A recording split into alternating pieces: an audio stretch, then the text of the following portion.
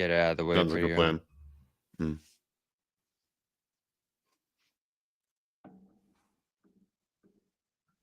Well, gotta tell you, that was interesting. That got a little too close for comfort there. Yeah. I was not expecting this kind of show, Evan. No, I was not either. You and I were texting back and forth before the show, and just trying to get our bearings for the show. Trying to map it out, trying to plan it out, and it's like, oh, sure, we'll talk about that. That went away very quickly. Celtics take down the Nets. Second night of a back-to-back. This one in Brooklyn after beating Miami last night. They beat the Nets tonight. 115-113, your final. Evan Valenti filling in here on the Garden Report. Real Bobby Manning, alongside me. Bobby, thanks for having me aboard. Thanks for inviting me on. It's a pleasure to be here. Pleasure to be here with the people. Celtics improved to 49-19 with that 115-113 win. Welcome inside the Garden Report, everybody. Brought to you by Prize Picks. Code CLNS to get $50 instantly when you play. $5. Download the Prize Picks app today. Again, the code CLNS gets $50 when you play your first $5 lineup. Lot to get to. There's some obvious places we need to go and some not so obvious places we need to go. Kristaps Porzingis back in the fold for the first time in a long time. 24 points, so a lot of big ones in the fourth quarter. We'll get to that, obviously. Also, coming up, Noa Dalzell. She's in Brooklyn. She's going to join us about a few things. I'm sure we'll find out a little bit more, maybe about Jaylen Brown. That's going to be on the docket, no question. There's just some injuries nagging him. We'll find out how much they're nagging him when we get there. And then there's another 3-point milestone for this team, Bobby. Another big one for the Celtics, and we'll talk about that probably towards the end. But, Bobby, got to start with Kristaps. Been a long time. Everybody obviously was waiting as long as humanly possible. It got to be to a point of annoyance, I think, where people were trying to figure out what's wrong with KP. He makes the Instagram post where he comes out and says, hey, I had this virus thing. We're not sure what it is. Not sure what the timetable is. Back for the first time tonight. And with the exception, I thought, of the 3-point shot, I thought it looked pretty okay. What'd you think? Yeah, I mean, the fourth quarter, I think, speaks for itself, especially going the distance there. And no major limitation for him in this game coming back after last playing on February 26th. And we're talking going on a month there that he was out. So yeah, shout out to Noah. She predicted he'd be back just based off his vibes in Miami. I think it was a good sign from the start that he was on this trip, because you didn't really need to go on this trip if you didn't have a chance of playing on it, especially with the long travel overnight. I think they got into the hotel, Evan, they were saying at 2:30, 2:45 after the flight last night. So that's a difficult turnaround. I know Joe wasn't happy with the 6 o'clock start going into this one. So there was a lot of momentum against him playing here. And the fact that he went out, played as many minutes as he did, and I feel like powered that fourth quarter with all the rolls and screens and different positions he got to out of the ball handlers there. His presence with Tatum off the floor for the first 6 minutes of the fourth quarter there was vital. We've been talking about that all year, Evan, how they survived that stretch. Jaylen goes down. Jason has to miss those first 6 minutes there, especially after playing a ton of minutes at the start through 3 quarters. And Porzingis carried them. And, we'll get to Holiday, too, in this game, who was awesome during that stretch. Took over at point guard. No Derek White tonight, of course, and he had 12 assists here. You look at Tatum, what he did against heavy pressure. I know that's what we talked about on Celtics Beat this morning, so we'll get into that as well. But this was the Porzingis game, certainly. And to get that first game back after we didn't know when he was going to be back, certainly, is a great sign going forward here. And this is how it goes with him, right? We're unsure if he's coming back into the finals. He comes out with the best game of his life in the game one. And then we're wondering, all right, are we going to see him anytime soon here after that post on Monday? And here he is on Saturday with one of his better performances of the season, at least scoring the ball. Yeah, one of the things that's interesting is I think if you're Joe Mazzulla and maybe the rest of the Celtics staff, and maybe they'll get into this, but you're looking at this Brooklyn Nets team and just not a lot of size on it, just not a lot of guys that are going to really make him work too hard. I think they might have had this circled just as that's going to be a great game to maybe get him back in rhythm. And obviously he feasted on pretty much what is Sharp's 6'9", 6'8", 6'9", That's the Yeah. tallest guy they have. I think Brooklyn has to at least cover Kristaps Porzingis. They got sharp in early foul trouble, getting Porzingis the ball down near the basket. I thought, again, he handled the contact pretty well. I get a little nervous. I don't know about you guys, Bobby. I'm not sure if you're the same way, but every time Porzingis jumps, it feels like Rob Gronkowski getting tackled, at later stages in his career. Just hope he gets back up. Every time Porzingis lands, I wince just a little bit. And just when he runs back down the other way, I know we're good. But I like the way he dealt with physicality, dealt with the contact. My only problem was just the 3-point shooting. And I think that's just going to take time and rhythm being back out there, just getting used to being on the floor with everybody. Yeah, I feel like it's a familiar thing for him when he comes back off these big layoffs. That's the last thing to come around for him. When he came back after surgery at the start of this year, there was a long stretch there where he wasn't hitting threes. Just to add it up here, I think the first 10 games he was back, he shot 31% from three. And I remember him at that time talking about his wrist. Like, he really had to get his wrist right. And I didn't know if he meant from like a health perspective or just like the motion, but I think it was the motion. And he has that wacky shot. Like, it's one of the weirder shots you'll see in terms of how he's positioned and how everything's aligned. So I do think in the flow of the game, while he's moving around and doing everything else out there, that's probably what takes the most thinking and repetition and flow to get back to where it normally is. And he got going pretty quickly after those 10 games, if I remember right. And was right back to being who he was, the previous year from three there. So definitely not concerned about that. I think, to your point, that he's able to handle the contact, that he's able to handle the minutes here, especially, is the best sign. And I don't know if having him out there at the end of the fourth was the best move. I know no Horford tonight, so there really wasn't an alternative. But that's where the Nets started piling up those threes. And that is something I'm looking at here. The Nets aren't a three-point shooting team.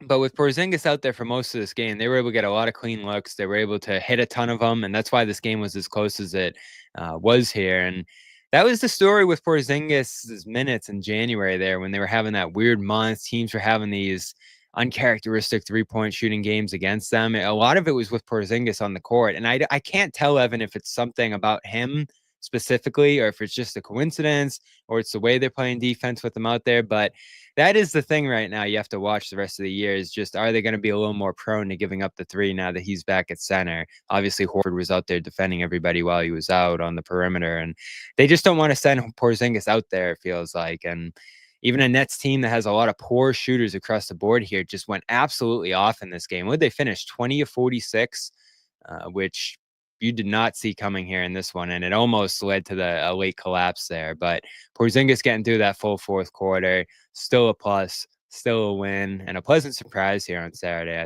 I'd say. Yeah, let's stay on that defensive thing because I think it's kind of important to kind of contextualize what's going on here, at least in my opinion. Like, you're going to have a team in Boston coming off the second night of a back-to-back. They're down a bunch of guys. We've seen this year. Boston, throughout the second half of this season, has turned it on when they've played better teams and hasn't really turned it up when they don't really need to. I think tonight was a combination of a few factors. One is the fact that they're on the second night back-to-back. Two, the lineup that Brooklyn's playing at the end of the game, a lot smaller out there, and you have to guard the perimeter a lot more with the guys on the floor. So you have Porzingis who's used to defending guys down low. He's got to go out to the perimeter a little bit more than he's accustomed to. I think that's part of it. And part of it's just like, I don't think they really totally care about a game like this. And they've shown this all year that sometimes for the games like the Brooklyn Nets or the Charlotte Hornets, they just don't get up for these games. Like that Dallas game. Remember that Dallas game where there's no Luka, no Anthony Davis? Like, it was just a complete calamity of players. And they got absolutely smoked in that game because they weren't up for that. Meanwhile, Dallas came in and just wiped the floor with them. It's just, for me personally, Boston's been susceptible to this all season long. I think it's sort of valid to look at this. I'm not saying that you're crazy here, to look at, hey, like, this might be a problem later. It might not be a big deal right now because they're playing the Nets, and sometimes when they play the Nets and then they play like the Cavs, you see the obvious difference there. Actually, that Mavs game earlier this year, I think they played the Cavs on Tuesday earlier in the week and had an incredible defensive game in Cleveland, and then they followed that up with an absolute dud of an effort against Dallas. I think it was like that Thursday or Friday in the Garden, and they got the doors blown off them. So it's like, there's a couple of things. I don't think you're wrong for noting that, though. I think one of the things that we all get nervous with Porzingis defensively is you go back to that game against the Hawks last year where DeJounte Murray's just cooking on an island and they're leaving Porzingis out there to defend one-on-one. I remember that vividly being, you might see this in the playoffs a lot when people try and pick at scabs. So that being said, I think it's something that you file it away, Bobby. You think about it, but you also don't put a lot of stock into it because of just the circumstances surrounding tonight, I think, personally.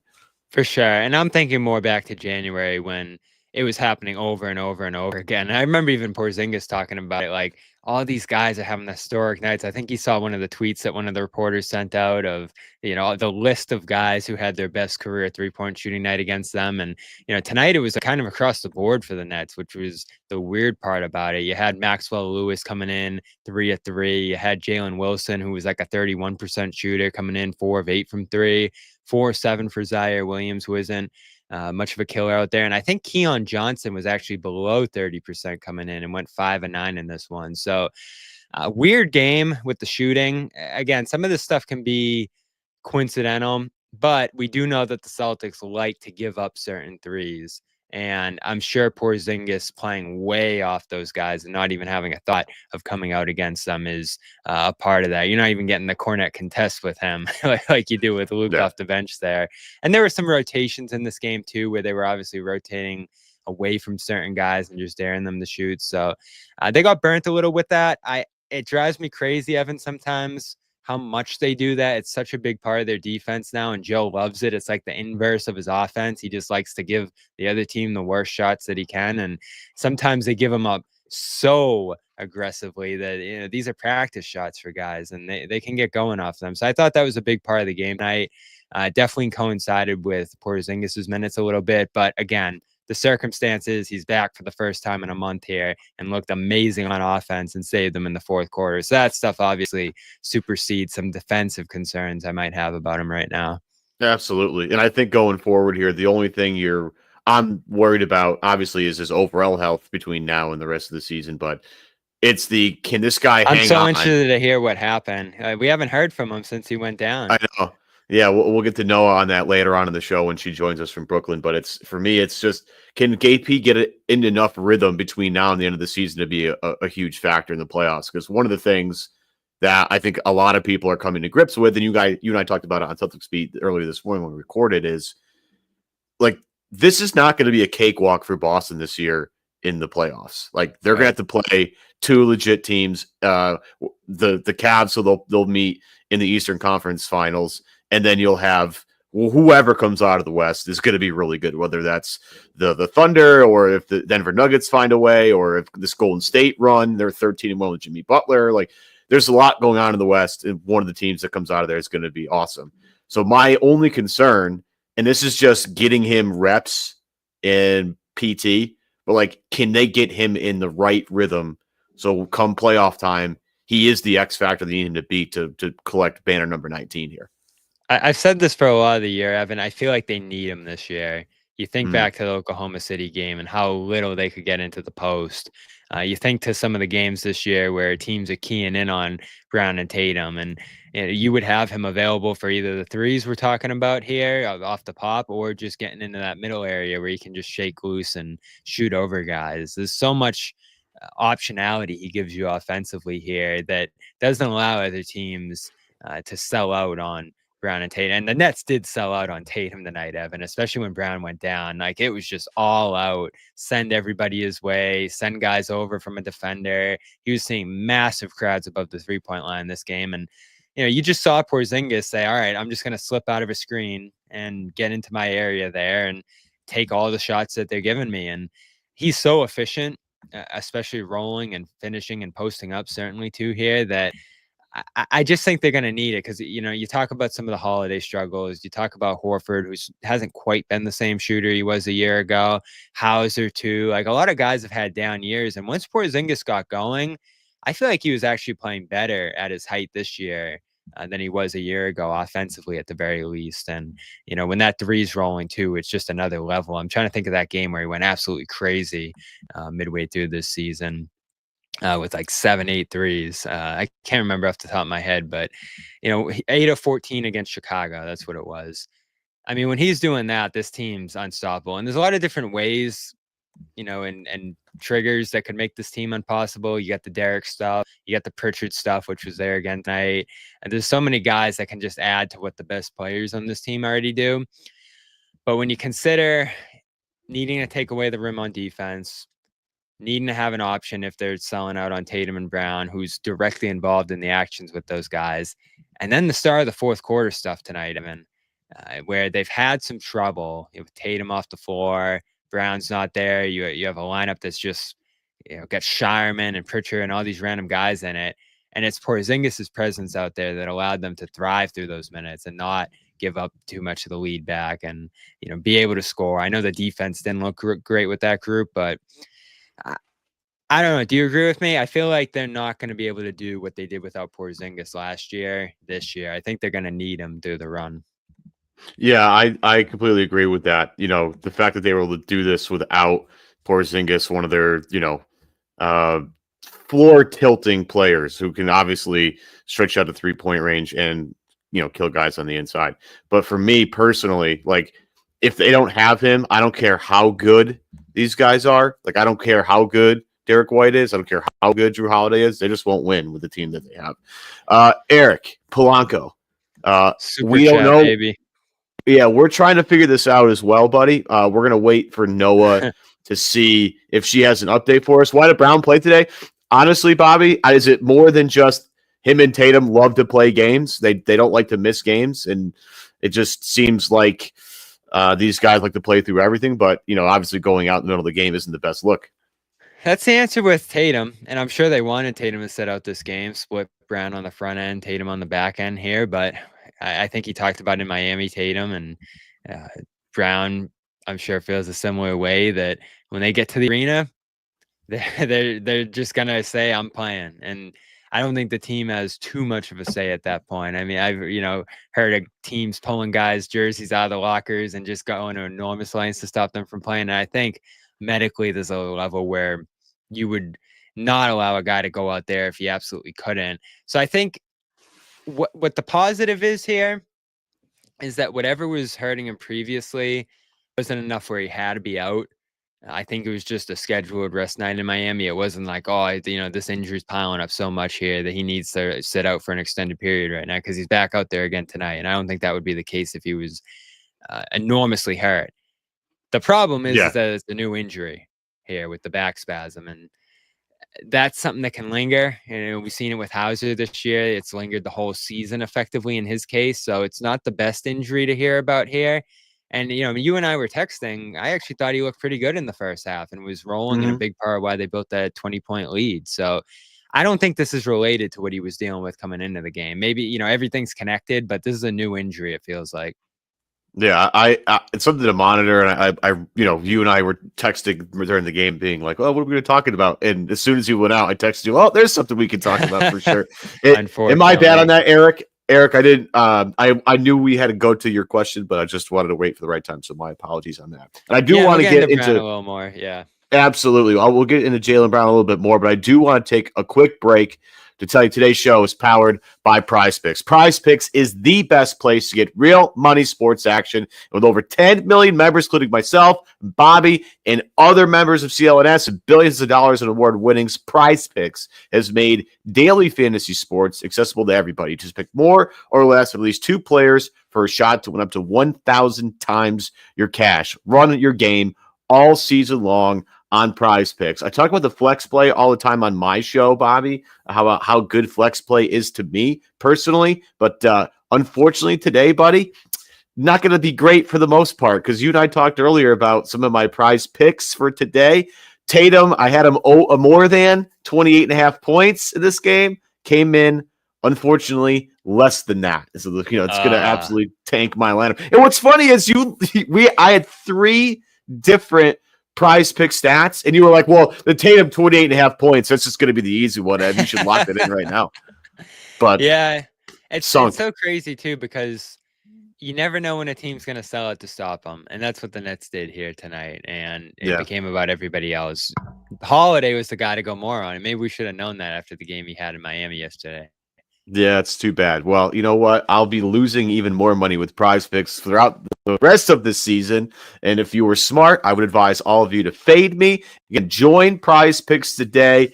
And folks, the app, super easy to get. All you got to do is download it on your smartphone, whatever you use, and use the code CLNS to get $50 instantly when you play $5, that $5 lineup. And that's the app, Prize Picks, code CLNS. And you get $50 instantly when you play your first $5 lineup. Evan Valenti filling in, pinch hitting here with Bobby Got Manning some here. sound, Evan. Oh, do we? Phone in from Brooklyn. Joe talked, and maybe he'll have something to say about Kristaps and Jalen here. Let's listen in. Let's take a look. What did you make of Kristaps in his first game back in a while? I thought it was great. He looked in good form.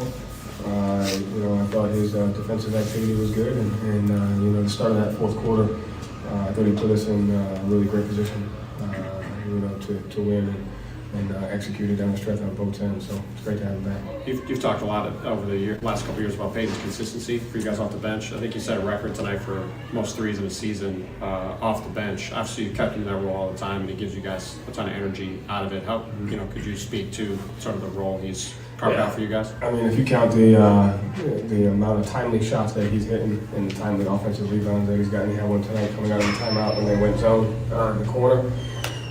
He just has an ability to impact the game in so many ways. He just continues to get better and better, and his competitive nature and work ethic's unreal. So that's an awesome thing, and it takes a special person to fulfill that role, and he takes pride in it and does it every day. You said before the game that you would probably have a minutes restriction on Kristaps. Then he played the entire fourth quarter. Was that something you were planning from the start, or did his play early in that quarter kind of convince you? The minutes were like right around 32. The minutes were right where I played him. Okay. And then it's been sort of a bumpy season for him from a health standpoint. Every time he gains momentum, it seems like there's been another setback. How has he dealt with that, and how has he kind of just handled the ups and downs of the season? Yeah, I think he's dealt with it in a great way. He never really, when he's able to play, he always plays, and when he's not, he does the necessary steps, whether it's in the weight room, on the court, in the training room, to put himself in position to play. And so the great thing is that he does that, so we trust him. Trust the staff, but he has a great attitude about it, and just kind of have an understanding. And there's moments where, as the team knows, I think he's a huge part of what we do, and we know we need him at his best, and he's just got to continue to do that. But I appreciate his optimism that he has, regardless, even when it doesn't go his way. Joe, you guys used Jrue in a lot of different ways tonight, especially in the offensive end, like ball handler. He was rolling in the dunker spot a lot. What about his versatility allows him to sort of like seamlessly go for each of those roles? Yeah, 12 assists. He was big time. Just being able to, the Jrue KP pick and roll down there at the stretch for most of the fourth quarter was really impactful for us, and handling the ball pressure. Again, he can do so many different things. He's hitting timely corner threes for us, timely offensive rebounds. I think he had the tip to Sam at the end. And then his ability to play make and pick and roll. So just another guy that can give us a lot of stuff. And then specifically in that like dunker spot role, you see him like crash from the corner like, early a couple times to get in there, create an open pass. What about his game makes him so good at that particular part of it as a guard? He can just read defenses really well. He can anticipate where the help is coming from. He can anticipate what the defensive coverage is, and he just has a knack for making 2-on-1 reads. You mentioned Kristaps has like a level of optimism during these kinds of moments of adversity. It seems like he has a track record now of coming back from extended absences and having really good games like off the bat, which is pretty unique. Do you think there's any reason for that besides for just his mental status, or something you've seen in his preparation, or just his mentality that has just kind of allowed him to be like that? No, I think it's just his consistency. I think he's just consistent in his work ethic. He's consistent in his approach, and it allows him to stick to the process and just go through the ebbs and flows.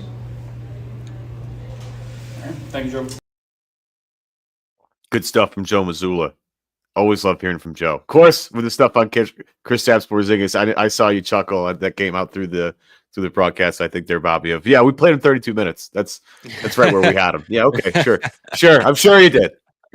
I'm surprised he even admitted there's a limit. He normally doesn't even do that, but that's why he does it, because he's going to go full speed ahead there.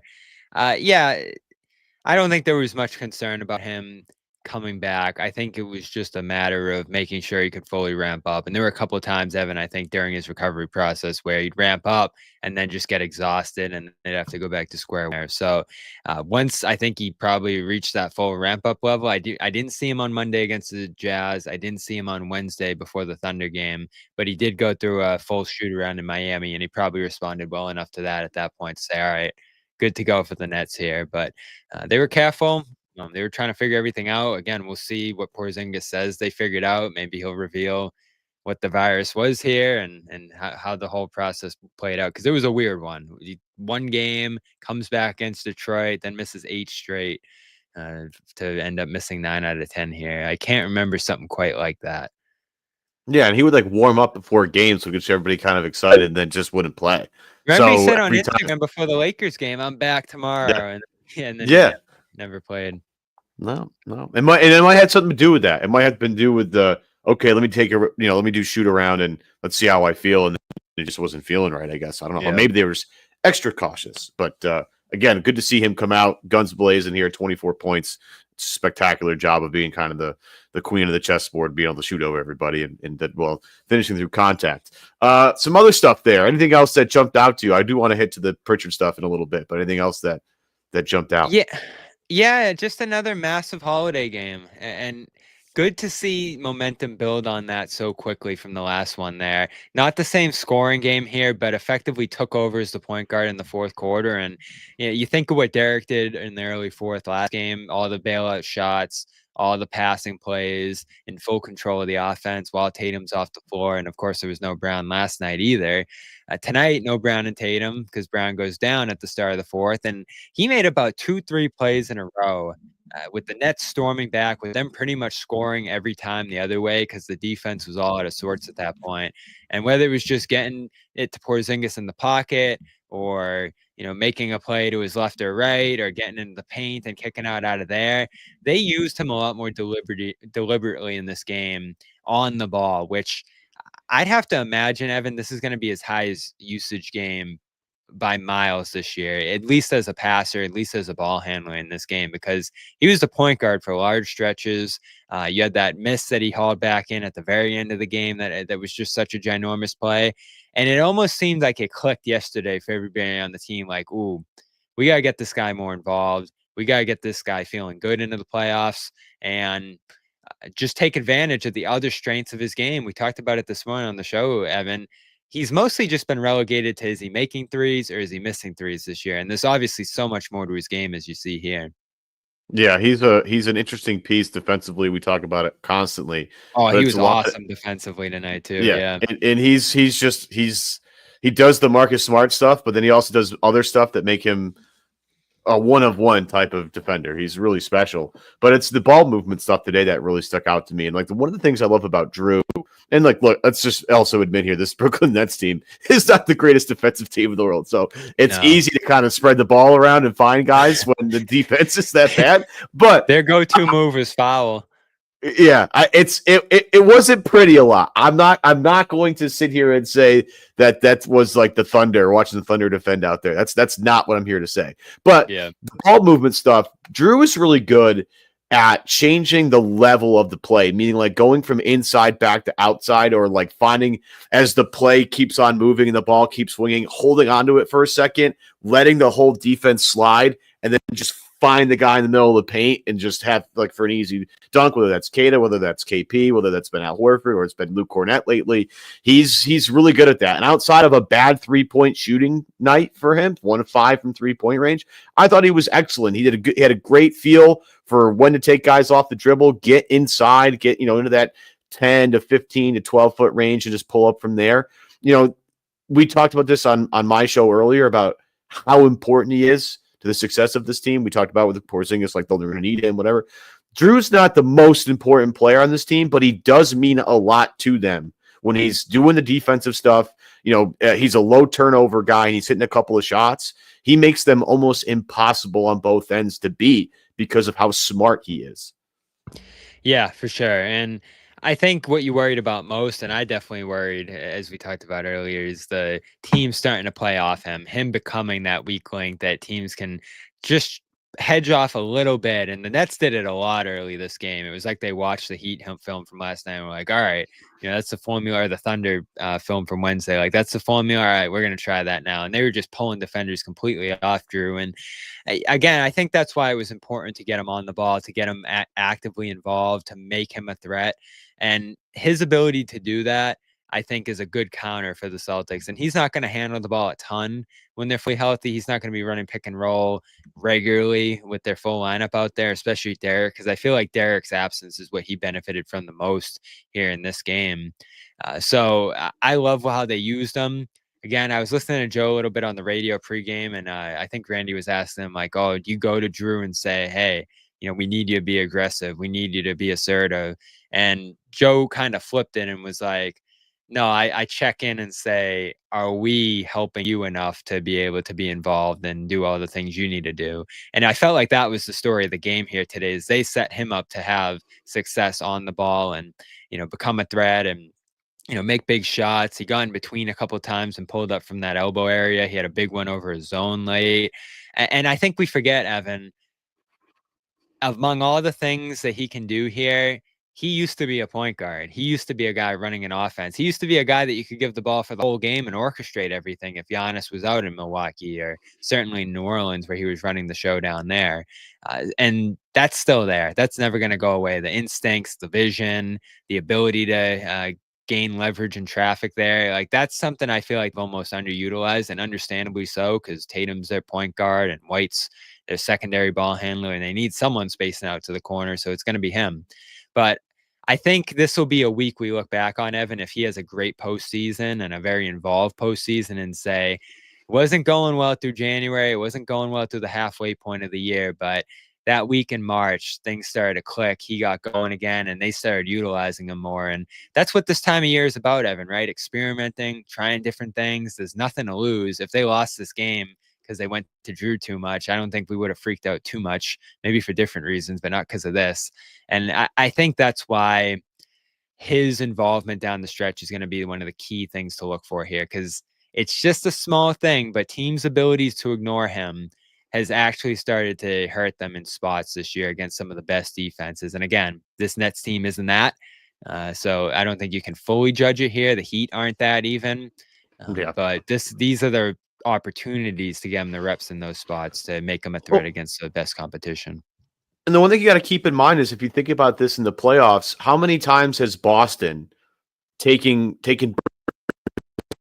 Porzingis, put him on a non-shooter, or taken Rob Williams and put him on a non-shooter and just have him play off that guy and wreck everything? Mm-hmm. I mean, they do that with Jrue Holiday, the defensive end, all the time as well. In certain lineups, he'll go cover Josh Hart, but then just do this rover thing where he just jumps out and starts doubling guys. It's a team that does that a ton. They also can't allow teams to do that to them because of how well, Jalen and Jason operate in the paint when they have a ton of space. They're one-on-one with guys, right? So for me, your point's extremely valid. Like, getting Jrue Holiday ready to go and just comfortable in this offense, and that includes, like, not featuring him, but feeding him and letting him initiate a little bit, so that every guy has to respect their assignment, is what makes the Celtics team really impossible to guard. There are only a few teams, as we saw Oklahoma City the other night, that can really guard this team when they're really humming. And so for me, as you look forward, we talked about Porzingis getting a rhythm. I would argue slightly less important, but extremely important, is getting Holiday right again. And if teams can sag off him, like we saw, you and I mentioned it this morning, that Memphis game where they just dared him to shoot all game and he can't come through, that's going to be a problem. I don't see him doing that a ton, but that creates a problem. And when you're trying to win some of these little things on the fine lines, everything matters. And Jrue going cold from the corner for 2 games will sink them. Guaranteed. Sounds like Kristaps is speaking now out in Brooklyn, so we'll hear from him shortly here. Jrue talked as well, so we'll have some sound from him as well. But yeah, I agree. The ability to have everybody be a threat is what made them so great last year. And when you think back to Holiday's season a year ago, it's outlier stuff, right? You're not going to go 60% from the corner. You're not going to go 42, 43% from three every year. And so this might just be him regressing a little bit back to his career average, which is about 36.9. I could actually see that being what he finishes at this year, maybe just a little bit lower. But yeah, it's something you can look at. So this is a good turnaround for him here, even if the shooting wasn't great in this game. I just feel like he was involved. He was aggressive. The stuff last night was amazing. And it feels like their focus is just a little bit back toward, all right, this guy doesn't do much on any given night. That's probably hurting his rhythm a little bit here this season, those limited opportunities. So let's give him a lot of opportunities because we're getting other guys rest. We're getting other guys nights off. So that just props him up the hierarchy here. And it was perfect tonight. Let Derek sit out. He was awesome last night. Doesn't need to be pushed. And Holiday can take over the offense here. And that was big for Pritchard, obviously, tonight, too, getting more opportunities. Yeah, I was gonna literally segue right to that, Bobby. You did it right for me with the way things are going. Keeping the floor spread, getting opportunities with guys out. Payton Pritchard's been that guy all season long. No question about that. 22 tonight, 7-11 from the field, 5-8 from three-point range. And Bobby, we have another record, 3-point record for the Celtics. Payton Pritchard becomes the guy with the most threes off the bench in NBA history tonight. And we listened to Joe talk about that earlier in the show. Let's get Pritchard's thoughts on that next. Off the bench at a high level, and hopefully I can continue to do that. I mean, you have 14 games left. Was this a goal that you had for this season? To break the record? Yeah. There's no records, there's no awards that I ever. I didn't even know about the record. Self-improvement, looking at every game, what can I do to keep growing and keep bettering myself, and ultimately that's all that matters to me. Bontemps could D up Pritchard. He's taller than him. Hopefully I can keep that going. You're in a rare position where you've played with Sam and Luke pretty extensively. So it's kind of unusual to have a bench unit that's had that much experience together. How much have you seen that just be able to carry over to your guys' play and chemistry on the court? I mean, it just helps. I know how Sam, how he plays off ball, where he likes it. Luke is easy to play off, great screener, good passer, great feel. He's completely changed his game from being a three-point shooter to now a rim threat, roller, can throw it to him in the pocket. So just when you have that many hours with those guys, spend so much time with them, it makes the game really easy. So you try to take a step forward or two every year. How do you feel about taking steps forward? Well, obviously confidence is a big thing, so just trusting, the work I put in, shoot off the dribble, being able to comfortably shoot from deep on the regular. To find spots after so many years with these guys where really affect the game. I'm not gonna have the ball in my hands all the time, so where can I can make the difference and help Jason, Jalen, KP, and those guys out. So I think I'm figuring it out, and I think there's still more to come, and I can get better and better from that. It's gonna feel good to get KP back out there and finally score. Yeah, for sure. I know he's been really sick and. Dealing with the illness, so just for him to get back and get his rhythm back is good for us, especially at this stretch before the playoffs. Get his legs under him. How impressive is it for a guy to miss that much time and then come back like he never left? It just shows the skill set he has. I mean, he's a unicorn, so he's an unreal player. And obviously, when we have him, we're just even more dangerous. You guys have to play the Nets again on Tuesday. I mean, they made this game very close, particularly down at the end. What can improve in that rematch? Maybe just defending the three ball better. I don't know how many threes they hit tonight. A bunch. Yeah, so it felt like that. It felt like they were hitting the three every time. And then True, Abby. Obviously, they were shooting a lot of threes, and then the misses they had were long rebounds, and they got those, and they come back and hit another three. So for us, just cleaning up that, probably just rebounding and trying to defend the three ball better. Did you know when you broke the record? Shot. It was in the corner in the third quarter. I didn't know how many what amount of threes I had to hit. I knew I was particularly close. I figured I had a chance this game, but I didn't know which one. So. Thank you guys. Good stuff from Pritchard there. I think the number was 218 was the previous record, and he beat that. Who held I think it? he's good. It was so they said it in the middle of the game. It's oh come on. It's like a Trevor Ariza type. It's like somebody like that. It's I got to think about it. Him being on the Rockets during that time period would make a lot of sense considering how many threes they were taking a game. But it's someone Wayne Ellington. in that. Wayne Ellington. Thank you. There you go. The wing shooter, for sure. But I wouldn't have guessed that one. Pritchard- I didn't even know this was a record. It's one of those things. It says something about Pritchard, right? That he's off the bench every game, that they've cemented him in that role. And like he was talking about there, he has that cohesion with the guys around him. So I do think, even though it's Wayne and Ellington, and we know that now you're shooting so many more shots per game than there were in 2018, before that. Eric Gordon's on this list as I look at it.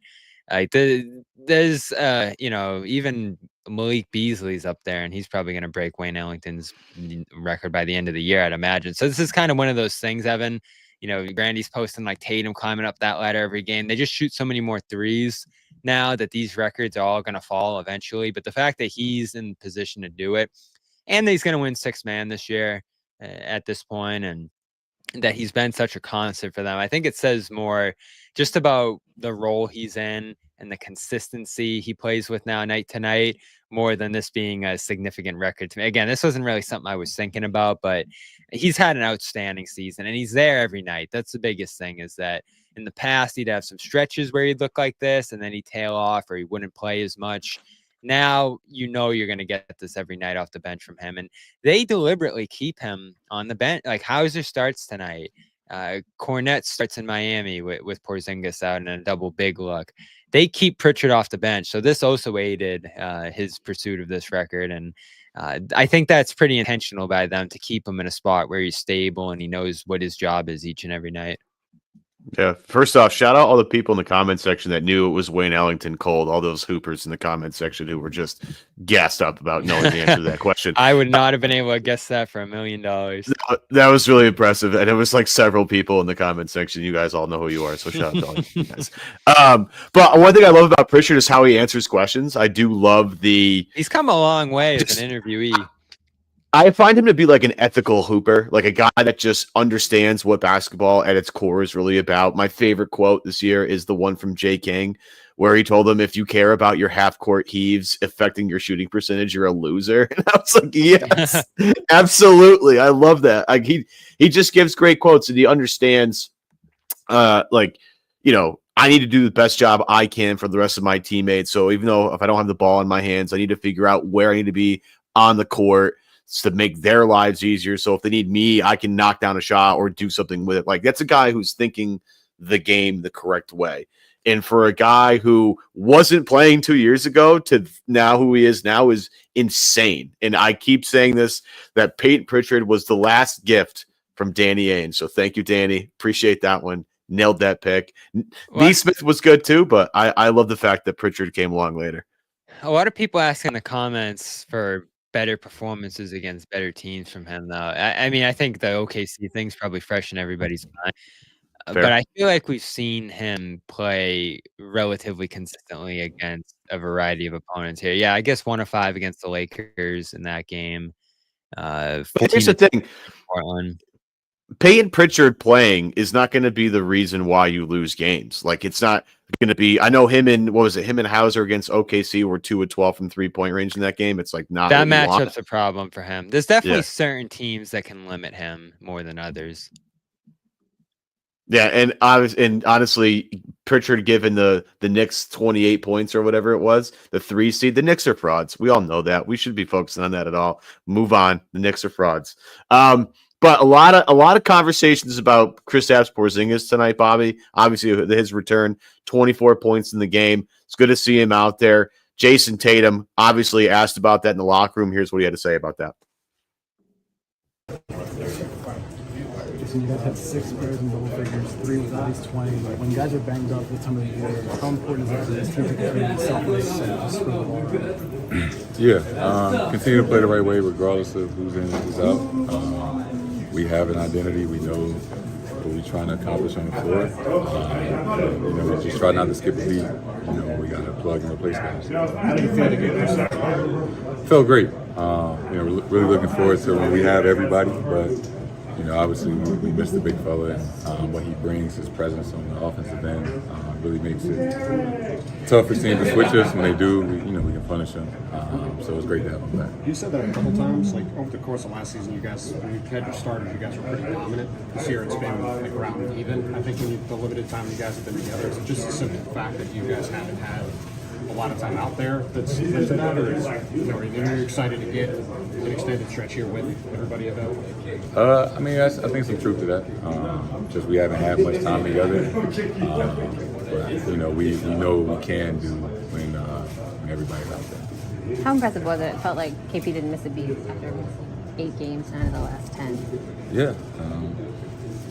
Super talented guy, works really hard. Got himself ready to come out here, and he knows how to play, and it was just good to see him in a good rhythm and some shots to go down, and just attacking the switches and making us look much more dynamic. Payton set the new record for most threes off the bench by an NBA player in a season. You've been on his teammate even when he hasn't had really any opportunities on the court. What have you seen out of just his growth over the past few years to the point where he's now kind of holds that record in others? Yeah, congrats to him. Anytime you hold a record in the NBA, regardless of whatever it is special. So I'm happy for him. He works really, really hard. Everybody knows that. And his ability to stretch the floor and kind of take over in stretches sometimes has really helped us. And obviously, helped us win a championship. We're very, very lucky to have him. What do you take from this game tonight? I mean, you guys have to play the same team again on Tuesday. Yeah, they play hard. They're well coached. They do a lot of different things. And the guys that they come in, they cut, they play off the ball. Just searching for compliments. So whatever they lack, and guys that's out are big name players, they compete at a high level. And, they do a lot of things. It's also something that you guys have done every single year you've been here, but clinched a playoff spot last night. How important is that? Talk about not skipping any steps, but just to hit that milestone. Yeah, it's part of the process, part of what we're trying to accomplish. Winning is hard. It's something I don't take for granted. Being a part of this organization and being in the playoffs every year of my career. It's a step of what we're trying to get to, but it just shows that our consistency on a daily basis, taking one step at a time. It seemed like it was some double teams with you, specifically people in line, and even pick and rolls were kind of over the mesh a little bit. When that's happening, do you need to maybe just slow down and find out who's open and just process that? Yeah. Double, triple team. They was doing it all. But just stand on the floor, take your time, don't be rushed. Know where your outlets are, and deliver the pass.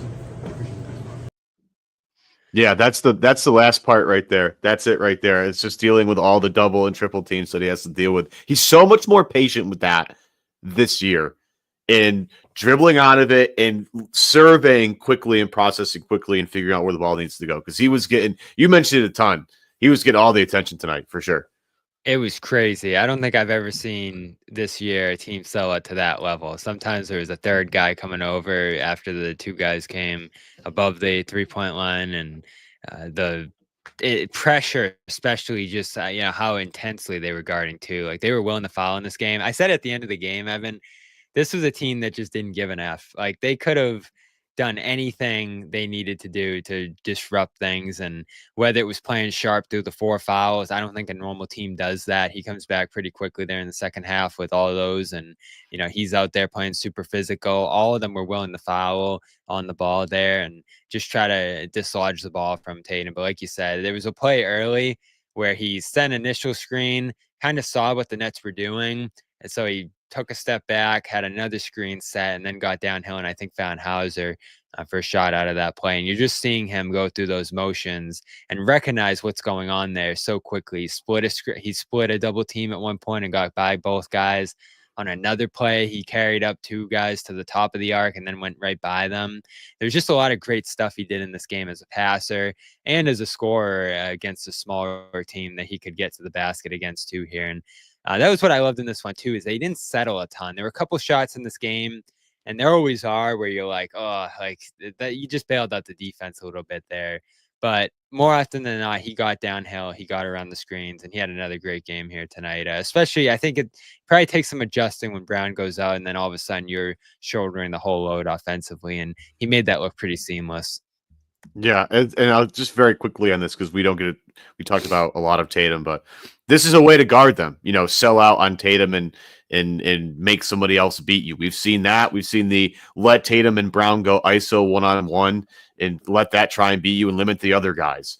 I find it hard to pick a strategy and stick with it for a long time, but maybe tonight was evidence that maybe selling out to try and stop Jason Tatum, as long as they're giving up threes on the other end like they were giving up. Maybe that's a strategy. I don't know. I'm something to monitor going forward. I've never loved it just because they get into those passing sequences, and that's when they're at their best. I feel like you want to hold the Celtics into isolation, stagnant possessions, have everybody standing around, not involved a ton, and the ball was popping for the Celtics all over the court in this one. How many assists did they end with?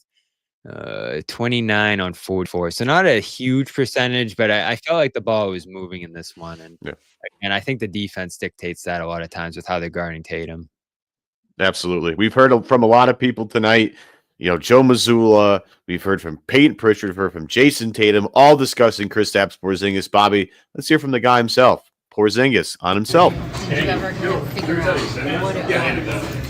Yeah, it was extremely frustrating, just not knowing what I had, and there's at the end it was some sort of, I don't know exactly, but I think it was some sort of like upper respiratory thing that turned into like something heavier, like bronchitis is the word, something like that along those lines. But I was really I haven't been this sick for probably ever in my life, so I was really for a week really just laying at home trying to recover.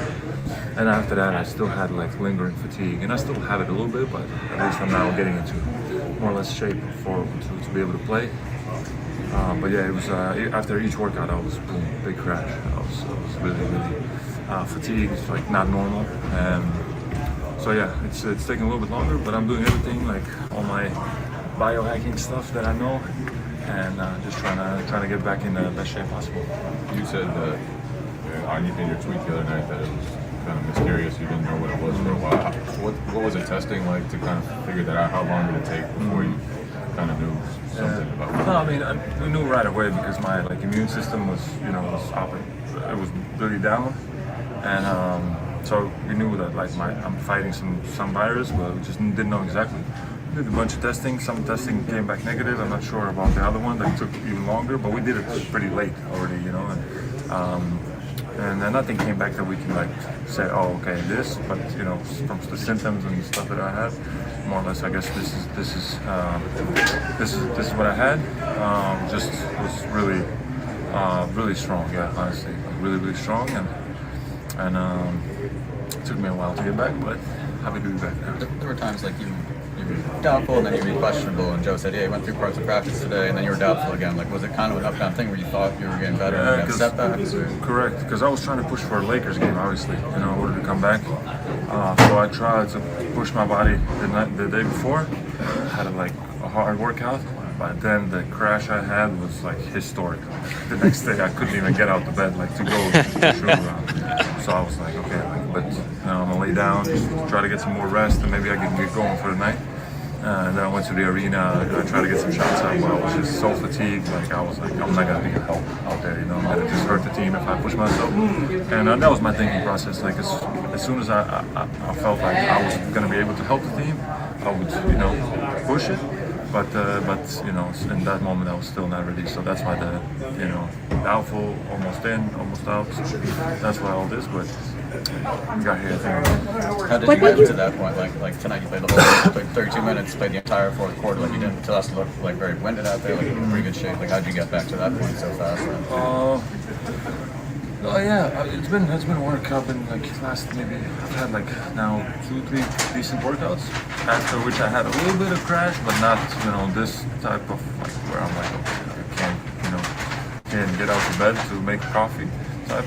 So I can't punch out coffee. Each workout, and I was okay. It's bad when you can't make your play coffee. 20 minutes, but I feel that. Joe told me mid fourth, he's I'm not gonna take you out, so just bite down and let's go. said, okay, let's go. Got some sugar in my system and just push through. And I did it in 31, 32 minutes. Decent game. How do you What feel made you now, wanna- Kristaps?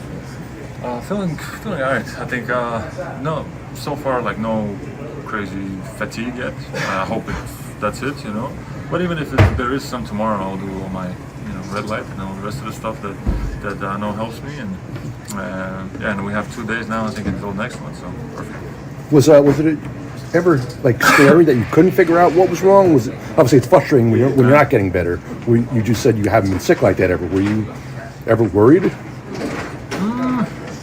Yeah, I mean there was some like ideas of what it could have been, some heavier stuff. But I was just hoping it would not be that. But if it was that, it's like okay, like how can I recover as soon as possible, you know? But yeah, I'm happy that the main test came back negative, which was the heavier stuff, and this mononucleosis. I don't know in English.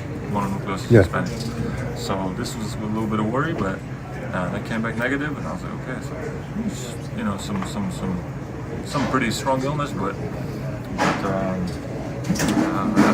got back. What made you want to turn Last to social question. media to kind of let the fans know where you were at? What kind of compelled you to send that tweet last week? Say that again, sorry. What made you want to tweet that your status, kind of give everybody getting an a lot update? of questions. I saw it on social media and stuff. Like people wanted to know what's going on, why I'm out for so long. And honestly, it was frustrating for me. I'm just illness out. Like, come on, this guy can't play for some illness. Like, even I would think that, So I just wanted to let people know that I was really dealing with something, and I would never set out for some cough or something. It's like if I'm out, then with illness, it has to be a little bit where I can't really play to help the team. So that was it. Just wanted to give an update, and that's it. I got a lot of support back, and that was really nice. So I always appreciate the support and the love that I get from the Celtics fans and the fans back home and everywhere. Good to hear from the man himself, Bobby. It's good to hear from him. Oh man, we missed him. I mean, that's the best quote on the team right there. Oh, I would agree with that. Good to see him smiling again. Noah, welcome. How you doing? Thank you. I'm good. It was great to see him and not coughing. And I was gonna ask him about that tweet if it was the last thing I did. I think I opened my mouth like 11 times during that scrum because I was just so curious about why he decided to do that. But yeah, he looked great. So that's the big takeaway from this one. So Yeah, there was a still lot smiling. there. I'm trying to think of where I want to go first with that. I guess Joe pushing him through the fourth. Like, is that how I heard that? That he was like, "You're finishing this fourth quarter," because there was some talk about him having a minutes restriction, though, going into this one. That obviously wasn't quite the case. Joe said there was a minutes restriction and that it was 32 minutes. So he played 32 Convenient. minutes. I don't know.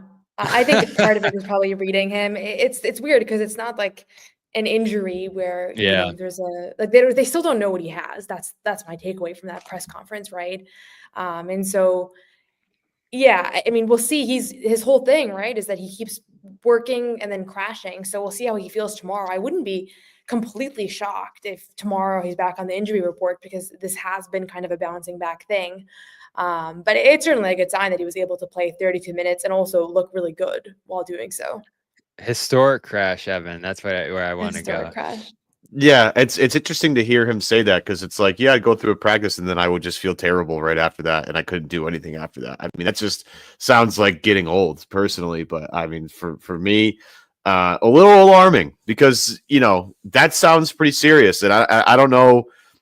We'll see how he reacts. There's a game Tuesday. He's got plenty of time to get back to normal here, but that's pretty serious. It's like you heard this a lot, at least for me, just because I have a lot of friends with kids and everybody's getting super sick. It's just the way winter goes.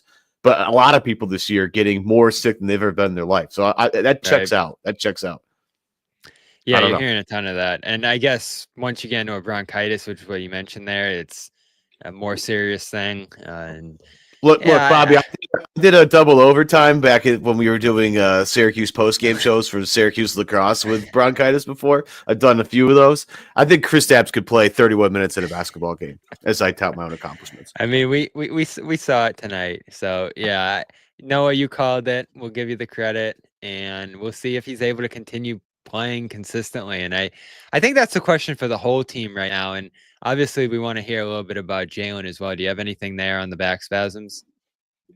Nothing on Jalen. Didn't see him in the locker room post game. I'd imagine back spasms usually not a long-term thing, but he's just had such an unhealthy year. Like he's dealt with so many different things between the hip and the shoulder and the knee.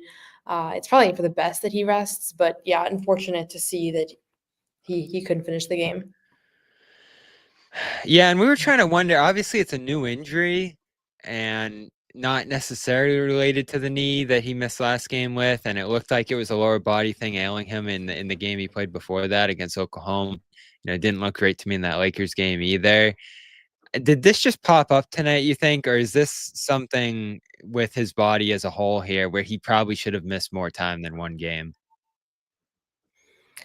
I don't think he's been enlisted for any back issues before this season. This is like the one thing that he hasn't dealt with. So I would imagine it was something completely different. I don't know if you guys saw anything on the broadcast, but I didn't see like a moment or a play where he was hurt. It was all of a sudden he was not on the bench for a while. And I was like, that's weird. I wonder where he is. I noticed that Al's son had taken a seat. So it seemed pretty permanent. And then, yeah, a few minutes later, Celtics PR shared that he wasn't available. But yeah, he went through warmups and everything. The knee thing was what was putting him on the injury report. Yeah, I don't know. I don't have much more on that though. Yeah, it seems like it's going to be one of these things they have to manage throughout the rest of the season, whether it's just all these nagging things. Like, look, these guys, especially Jalen, like plays through contact a lot. And it's just something that, you manage. I mean, I think I don't know if this was a real quote because I was crazy today, but I did see something about Jrue Holiday maybe not feeling certain things when he plays games now. He doesn't feel a ton of pain when he plays, because he's got that mallet finger wrapped up, and maybe it's just something that they're all dealing with, whether it's a knee here or a hip there. It's just they play a lot of basketball. Like these guys have played a ton of basketball over the past 5 years, and it's just wear and tear. It's tough. Yeah, you think you're referring to Jrue saying last night that he's on drugs, so it's fine. Yeah. He's been asked, to his credit, he's been asked about the mallet finger pain like a million times, and I think that's his answer. Like, it doesn't feel great. He has a splint. You can see a couple of times he catches the ball, and it's kind of weird. But I thought this back-to-back was some of the best basketball that he's played all season. And maybe it's the drugs, maybe it's the increased touches. I liked him in a playmaking role today, and I think it's just a reminder. We talked about this last night, so I don't want to reinvent the wheel here, but like the question of whether he's underrated or undervalued and all that. But a lot of it is just he just has a smaller role on the team, and he doesn't really show up in the box score much. But with Derek White out today, they used him as a playmaker.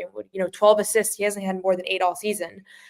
So yeah, I think Jrue. I don't know how long this mallet finger thing is going to be. I would imagine he has maybe like another month with that splint, because from what I saw, it was like a 6 to 8 week thing. That's just from what my own research, not source or anything. But yeah, I think they're all dealing with something. But Drew's thing, we were worried about it, Bobby, when we recorded a video like a week ago, being like, is this going to be a playoff concern? I don't feel any concern about that injury anymore. It seems like they've managed to manage the pain with drugs or whatever else, and with the splint, and he seems kind of back to his usual self.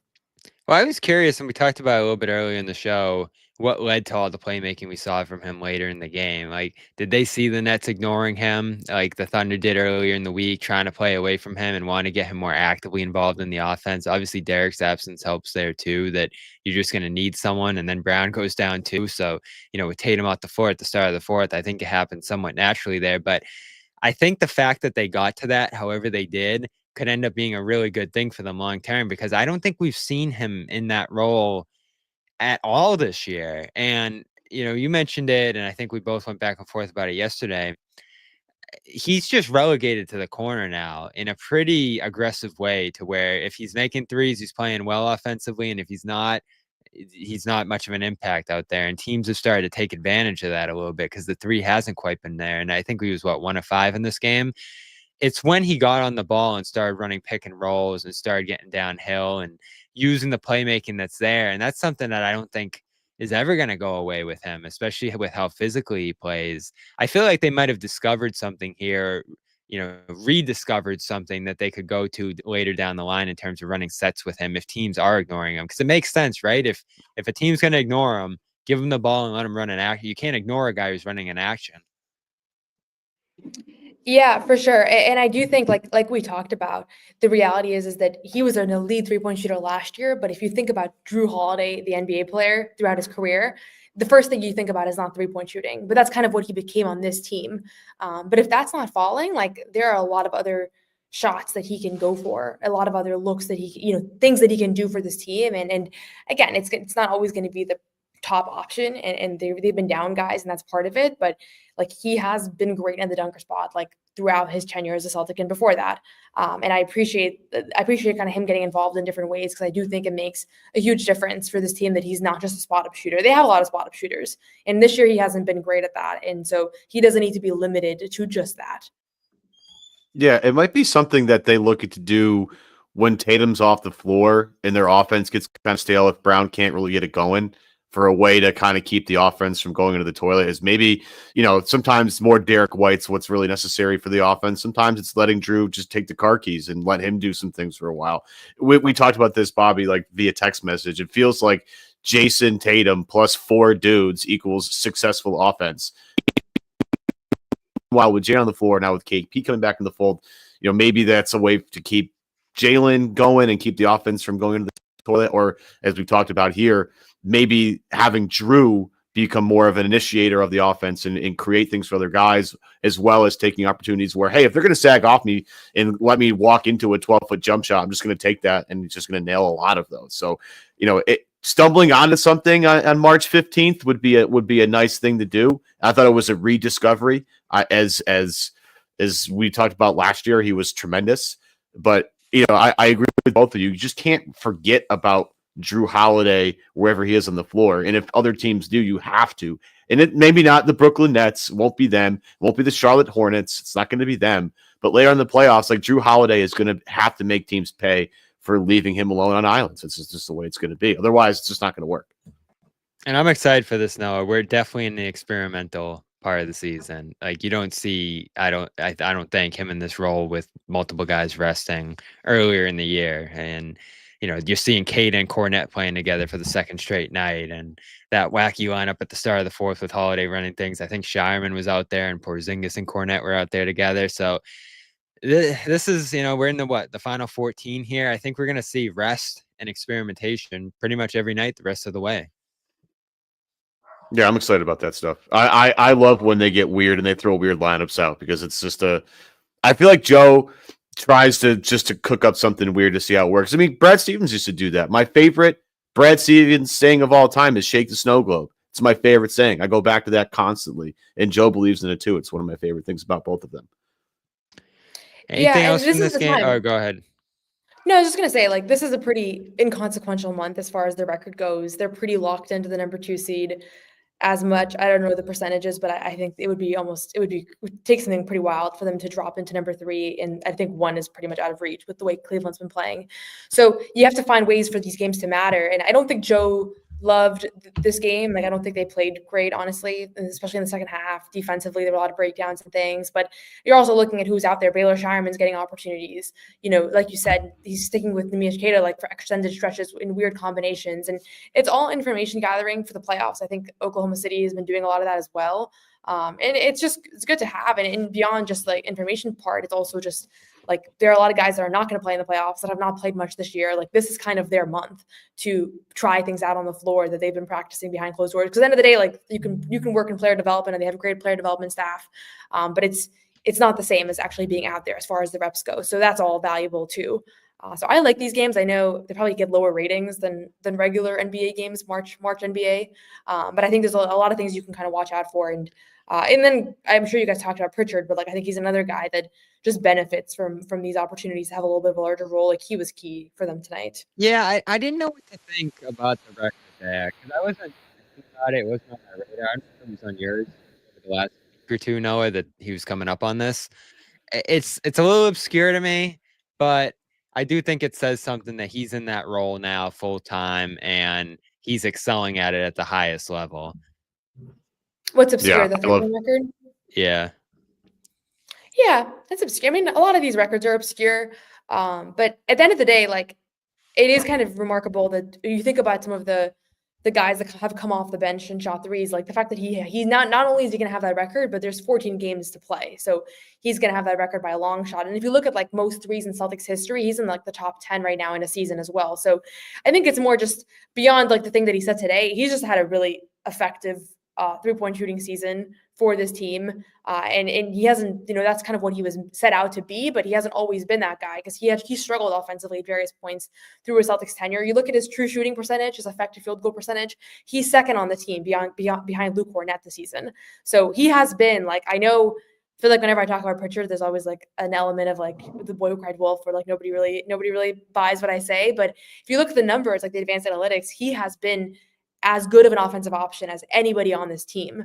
And that's why he's been so effective. And it's not just the early stretch where he was really hot. Like that still holds true. He has the best true shooting percentage and effective field goal percentage of anybody on the roster, minus Luke, who's dunking, right? And Luke was great tonight. He's been great for like 3 months straight. He's been awesome. He's been awesome. Always. Oh, we should have led with the Luke graphics. What we should have done. The stuff that the little stuff that he does, just with the feel of the game and the fact that he can, guard a little bit, but as like a connector, right? We talk about Derek White as that connective piece that helped the Jays get to the next level. Luke is another one of these connective pieces. He just knows where to be, what to do. And what's funny to me is he was a 3-point shooter back when he was drafted by the Knicks. And now he just doesn't even look at the rim when he's behind the 3-point line. It's wild to me. It's wild. Anything else for this one, Noah? I know you got to be heading back tonight, so we'll let you go here shortly. But what was anything else you took from this one? Obviously, they're going to play this team again on Tuesday. I think we hit a little bit on how many threes they hit, which was out of this world. How many did they hit? 20. A bunch. Yeah, Pritchard was 20. Like, how many did they hit? He was like, it was a lot. It was bad. And they just kept hitting them until like the last seconds. And then they got a half-court shot that was actually a pretty good look for the win. So, yeah, this one was scary. Yeah. Can I throw something at you? Please. I'm curious because I've texted Bobby about this entire game. One of the things that has bothered me about the Celtics recently, and in this game, it's hard just because I don't know if it's a trend or they just don't care because the Nets are the Nets, and it's just like we're on the second night of back-to-back. You want us to really play. But one of the things I didn't like was just the close of quarters this game. Second quarter, they're up 21 with 4:12 to go. They're only up 12 at the half. End of the third quarter, they're up 12 with 2:59 to go. They're only up 5 at the end of the third quarter. And in the fourth quarter, they're up 11 with 2:44 to go, and Brooklyn had a shot to tie the game at the end of the game. Like, that's just not how you close out games, how you close out quarters. A lot lately. Yeah. So my question to both of you, I'll start with Noah because she's our guest, brother. Is this a concern going forward, or is this as like a, hey, who cares? This is a second night of back-to-back at Brooklyn. Like, who gives a shit? I care because I think one of the things that have made this team so great, especially last year, their championship season, is the fact that it didn't matter who was on the floor or what the game was. They came out with the same consistent and, focus, effort, attention to detail, all those things. Like, that was their hallmark, right? That it didn't matter if 4 starters were sitting, they were still dominating people. So to me, that's like, that has to still matter. That has to still matter this season. And they have gotten away with it a number of times. They haven't always gotten away with it. I would say the Oklahoma City loss, you go back to that first and second quarters, they closed out terribly. Next thing you know, you lose that game. So I think it's bit them a couple of times. Yeah, Cleveland, same deal. If you go through their losses, like, this has been a pattern. I think it's a pattern for losses in general. I don't think it's unique to the Celtics team. But it's something to keep your eye on because, like Joe has said, the most important thing is the habits of the regular season, more so than stats. That's the most important thing. And I think tonight they demonstrated some bad habits. And I'm sure he wasn't thrilled about it, and I'm sure that that's going to be the takeaway from this one. We can talk about Porzingis and Jrue and kind of the storylines, but I think when they're going to review film here, there's a lot of things that they're not going to love. Yeah, the Nets took advantage of them in certain ways, and even the scheme, I think, put them in some tough positions. And you're giving up turnovers or the fast breaks the other way. There's just a lot of stuff in here that you always hear Missoula talk about that he doesn't love. And then the quarter stuff's a good one to highlight, Evan, because I feel like that makes him angrier than anything else. And he's always highlighting how that Makes can me impact angry. games, how that can change the flow of a game. And, you know, it was that Nets game 2 seasons ago that he said really changes his perspective as a coach, where the Celtics went up like 28 in the first half.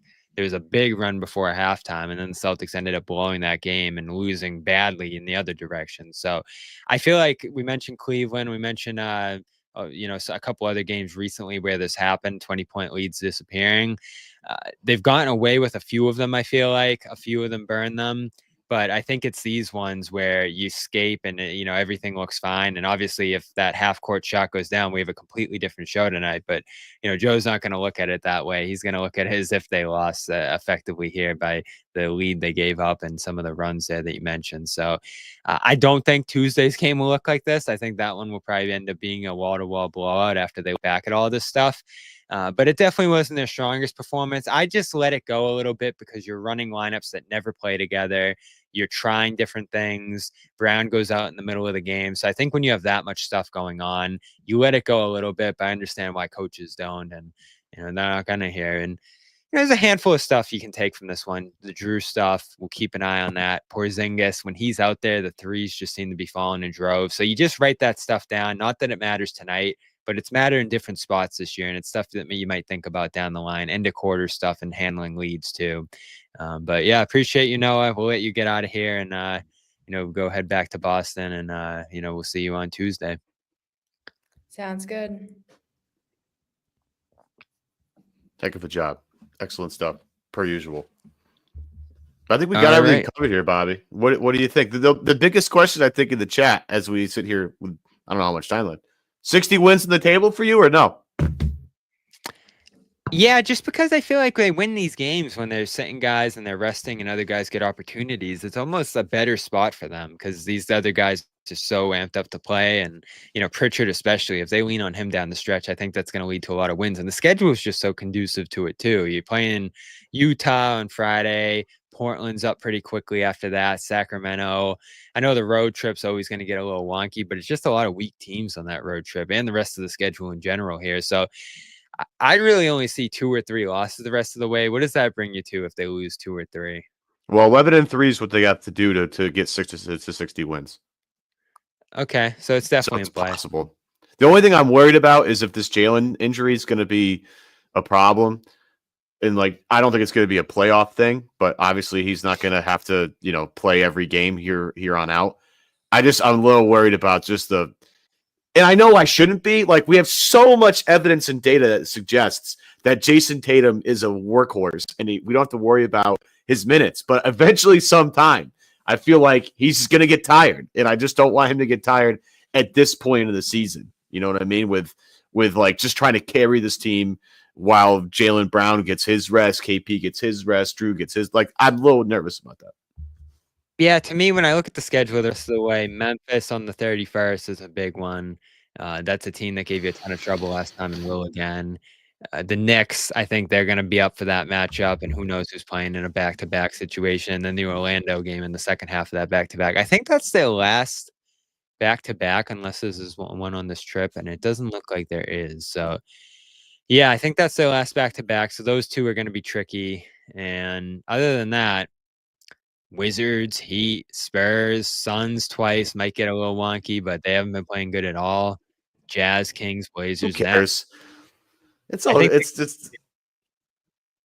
just a number at this point. You know, do they really need to get to 60 to say they did it? Does that really justify No, I don't think it's about trying to get there. I think they can do it no matter who plays. And that's what I love recently is they're getting back to winning no matter who's out there. Rest 3 guys, you still win. One guy's hurt. In the middle of the game, you still win.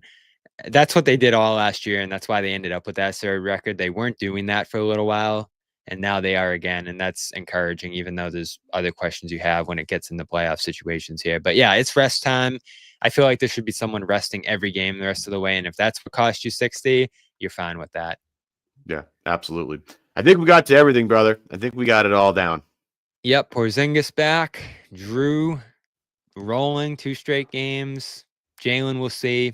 Obviously not much news out of Brooklyn there, and no sightings, as Noah said, even in the locker room there. So That's not great. I forgot to ask her how the vibes were after this game. That was my I had that in the back pocket, but I also wanted to make sure that she didn't. I do think what stranded in she said Brooklyn. is interesting about there might be some ups and downs to come with Porzingis. Like, how Well, does he react? He said that. He said that Yeah. too. It's possible, with the way his body's been reacting to what's happened to him so far, it would be just par for the course. But as long as he continues, Yeah, to and they get a might little bit practice better, on Monday. So how does he respond to that if they do that? Next game's on Tuesday here in Boston. So we'll have coverage of that. We'll be back at the Garden. Appreciate you filling in today, Evan. And as we said at the top of the show, we did Celtics beat this morning. A long Tatum conversation that I think is worth listening to beyond what we talked about here, and deeper dive on some of the Jrue stuff too that I do think is going to be a factor in the playoffs. And more to come on that on clnsmedia.com tomorrow. So check that out as well. Yeah. So shout out to everybody. Shout out this comment section was lit this entire show for an hour and 20 minutes. This has been an unbelievable run of comments. So I appreciate everybody in the comment section. Got to shout out our producer today behind the glass, Bailey Kennedy. Shout out to that person. Shout out to Bailey. Thank you very much, sir. Much appreciated. I've never met this person before, so this is our first particular conversation. It was me talking to him on the air with him not being able to respond. Love that. Noa Dalzell, that was the first time I've hung out with her in a video aspect or anything media related. So good to have her on. And I want to shout out Prize Picks one more time. Download the app today. Code CLNS. Get $50 instantly when you play your first $5 lineup. Again, CLNS. $50 lineup, $50 in bets or in money as soon as you play that first $5 lineup. It's great stuff. I lose all the time. Please fade me. Literally, if you want to make money, fade me. Listen to any podcast I'm on. I'm terrible at this. So for Bobby Manning, I'm Evan Valenti. I love you guys. Have a great weekend. We'll see you back here on the Garden Report come Tuesday.